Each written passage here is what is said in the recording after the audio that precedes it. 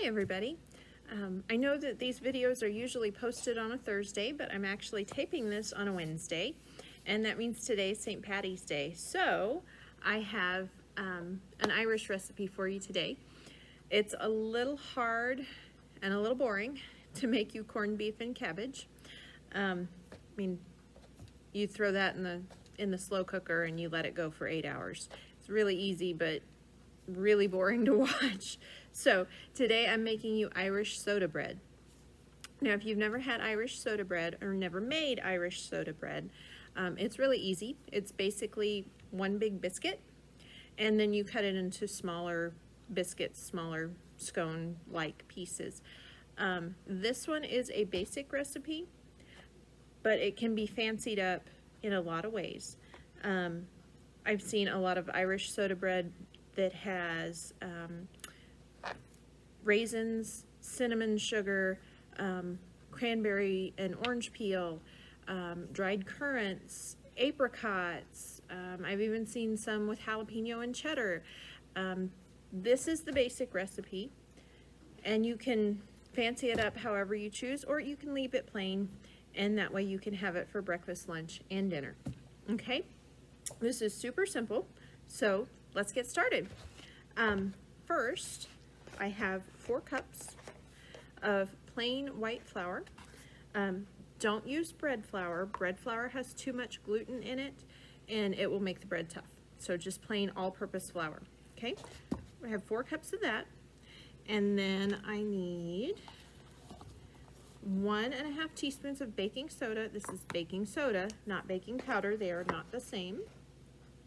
So there's a half, 1, 2, and then I need the same amount of salt, teaspoon and a half,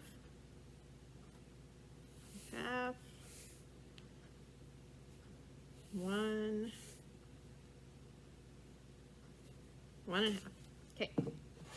All right, and then 2 tablespoons of sugar. Now, the sugar is not traditional. You can definitely leave it out, but it does add a nice little sweetness. So there's 1 tablespoon, 2 tablespoons. Okay, that's the dry ingredients. Just mix these up. You don't want any clumps of baking soda in there, so just mix it around a little bit. Okay, and then you kind of make a well in the middle. I don't know how well you can see that, but you kind of make a well in the middle, and you're going to dump your wet ingredients in. This is 2 cups of buttermilk. If you don't have buttermilk, that's okay. You don't have to go buy it. You can use regular milk that you have soured with a little bit of lemon juice or vinegar, or you can use milk that's gone sour. And let's face it, it happens to the best of us from time to time. Make some Irish soda bread or pancakes, use that sour milk up. Don't let it go to waste. Okay, so this is regular milk, whole milk, that I have soured. I put about a tablespoon, give or take, of lemon juice in here to sour the milk. Don't put too much in, it will curdle it, but I put about a tablespoon in. The reason that you need buttermilk or soured milk and not plain milk is because there's a chemical reaction that takes place with the baking soda and the acid in that soured milk. What happens when you put vinegar and baking soda together? It creates gas and it creates lift. Same thing's going to happen in your bread. So it needs that acid to activate the soda. Okay, so I'm going to dump in about 1 3/4 cups, just shy of 2 cups. And then if I need the extra 1/4 cup, there's about a 1/4 cup, I can add it in. Today, it's St. Patty's Day. It's very drippy, very damp. There's a lot of humidity in the air. I may not need 2 cups of milk, okay? But I might, I don't know. Okay. So this is starting to come together. And I think I'm going to add just a little more milk. You know, if it was the middle of July and we had been in a drought for 3 months and it's hotter than the dickens outside, I might just dump the whole 2 cups in to begin with. But I'm going to start a little shy today because of the moisture in the air. Okay, is that going to hold together? I think that'll hold together. He's starting to come together. He makes a nice shaggy dough. Okay, can you see that? He's starting to come together. He's pretty shaggy, but he looks okay. All right, so I'm going to reach for my flour here and flour my board a little bit, my counter in this case. Just a little, not too much. Just to keep that dough from sticking. Okay, and then I'm gonna turn this out on my counter. Make sure you scrape everything out of there.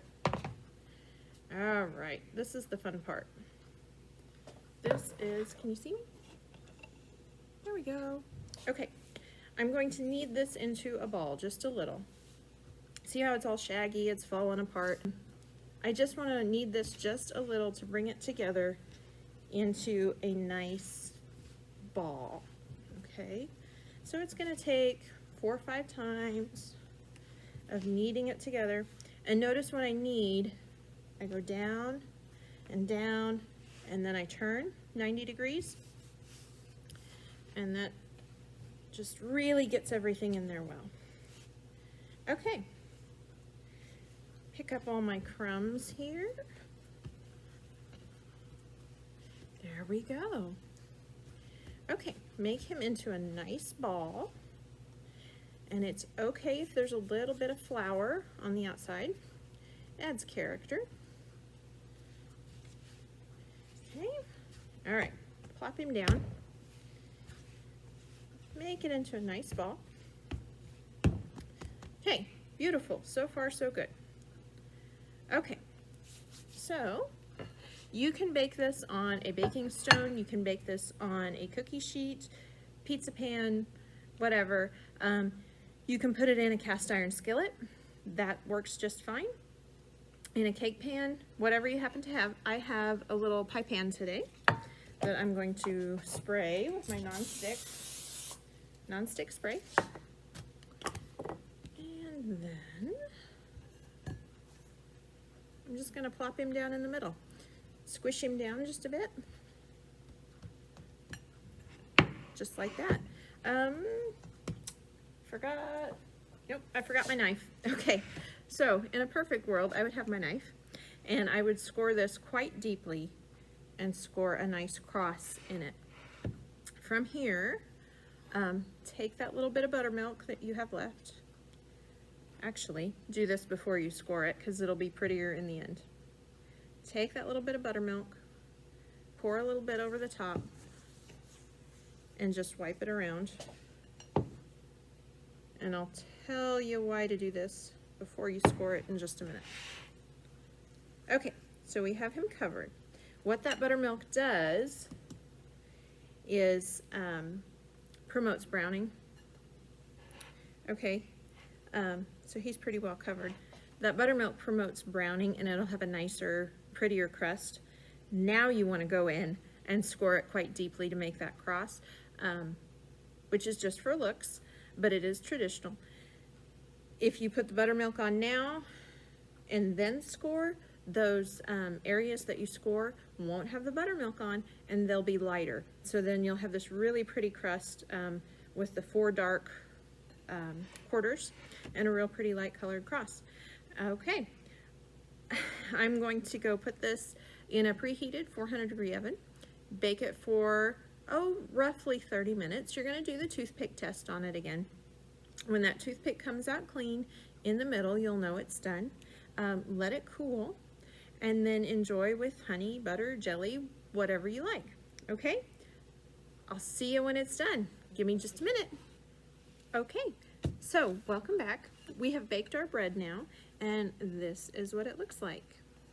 Okay, see how the cross inside is nice and light and these outer quarters are dark. This is from the buttermilk. It assists in the browning and you get that nice pretty cross. Isn't that nice?